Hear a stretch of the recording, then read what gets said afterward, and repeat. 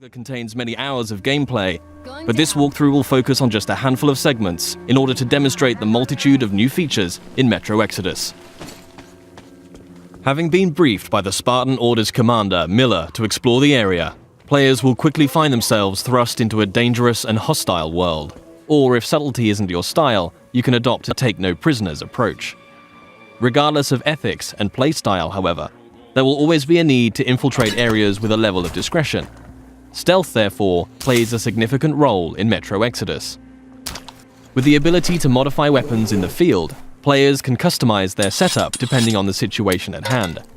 The flexible Kalash can quickly transform from long-range to close-quarters configuration, and with the right upgrades, the basic 3-shot revolver can be turned into a silenced, 6-chambered, and deadly accurate handgun.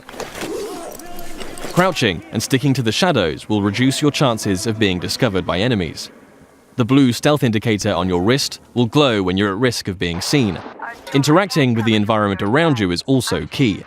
Extinguishing torches and creating a distraction by throwing tin cans to confuse enemies as to your whereabouts, allowing you to get close and execute a silent kill.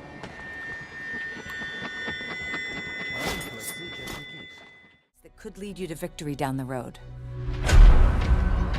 Back within the safety of Fort Tarsis is where my story begins. This is your chance to develop a richly personal narrative where your choices have consequences. In this bustling trader town, you'll develop bonds with your pit crew who can help you prepare for future battles. They're the people in the world who have your back. And as your relationships develop, you'll learn about their pasts and the future they hope to see. Fort Tarsis is ripe for exploration as well. You may even encounter shadowy figures with questionable character. It all depends on the decisions you make.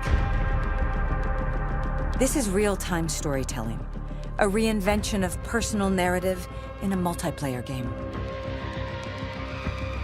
As a freelancer, you are the bridge between the heroic adventures discovered in our world and the personal journey that unravels in my story.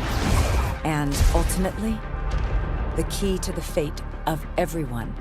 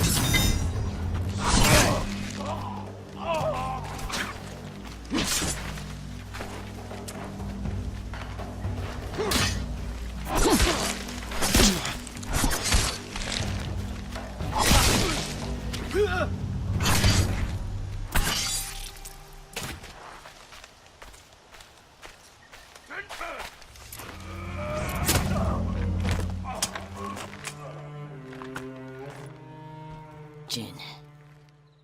I always So appreciate none that. of that is necessary. Yes, yes. You know, I've run into a lot of really hardcore fans, and I thought I knew a lot about what was going on in this. These guys, the fans for Ace Combat are hardcore, every little minute detail. So, Right. so anyway, it's set in the same world. Okay. I don't want to give away too much, Of but course. you're going to No see spoilers. some very familiar. I think in the last trailer we saw a little, big circular super. Oh, weapon okay. that Gotcha. Times with clone Ren. No, don't do it. Don't do it. That's too much. That's too much. And I think we have one of your colleagues backstage here playing the game on PS4. Live AK-18 Super Hornet, the F version of that. Nice. That's just one of the aircraft that we have. The demo that he's flying right now, he could have flown the F-14D Tomcat. Oh my God! Look at what's happening on Yeah. the screen right now. That's one of the super weapons that we have. Yeah. Ace Combat is known for that. Anyway, back to your question. You got a full arsenal. Everything from the Reagan era aircraft all the way through the what is it, 8th generation fighters that we have. I think it's 8th generation F-22, F-35. And then even going one step beyond that, stuff that DARPA's working on. It's not quite the level of PS4 or PS4 Pro just yet. A lot of the movements, characters jumping around, fully voiced stuff. It's a little bit more crude, but definitely classic. But some stuff is new, but some of the originals are there as well.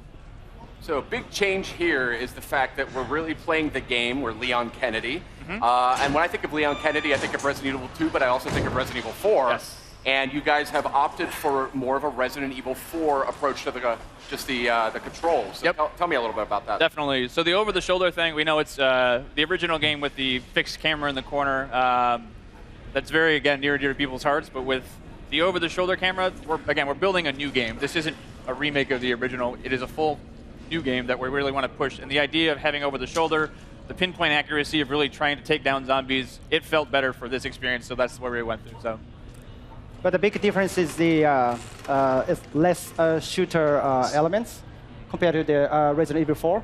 This is more, like a Metroidvania style, survival horror, classic gameplay.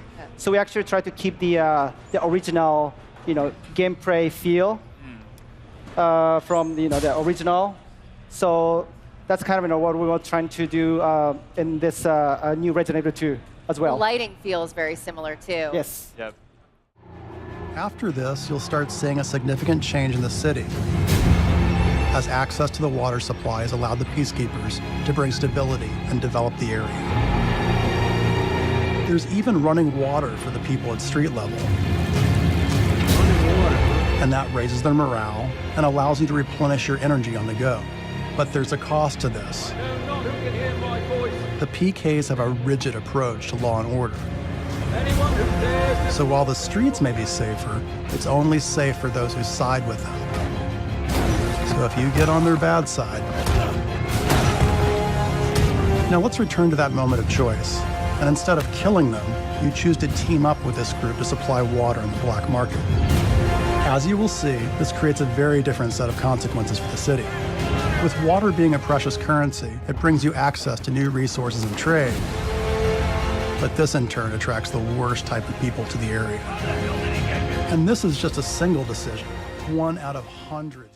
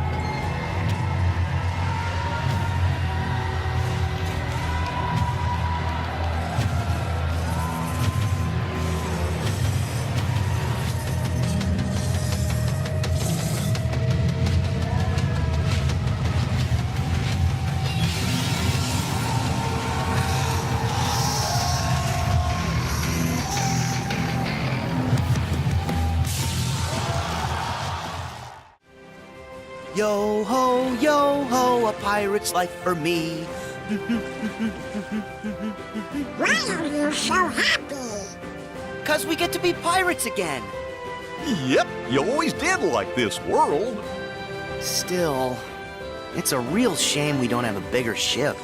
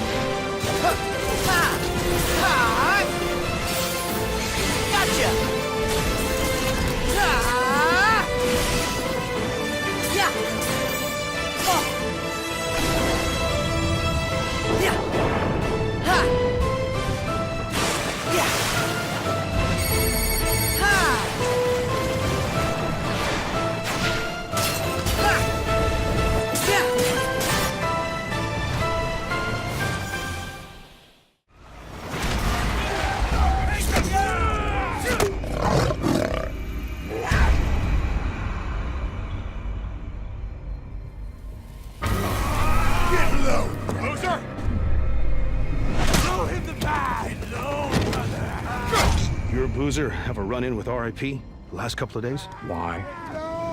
One of my men, Scapegoat, Ripper Camp, got tortured, like they always do. But this time they kept asking me if you knew about it. 2 bikers, 2 men. The Ripper called them mongrels. If you ask me, you got a price on your head.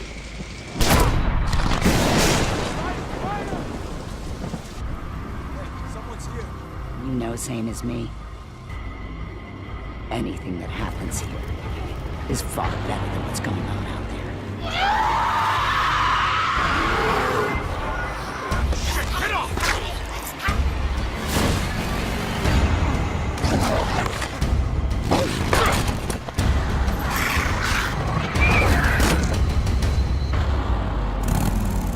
What the hell? Perfect. Just perfect.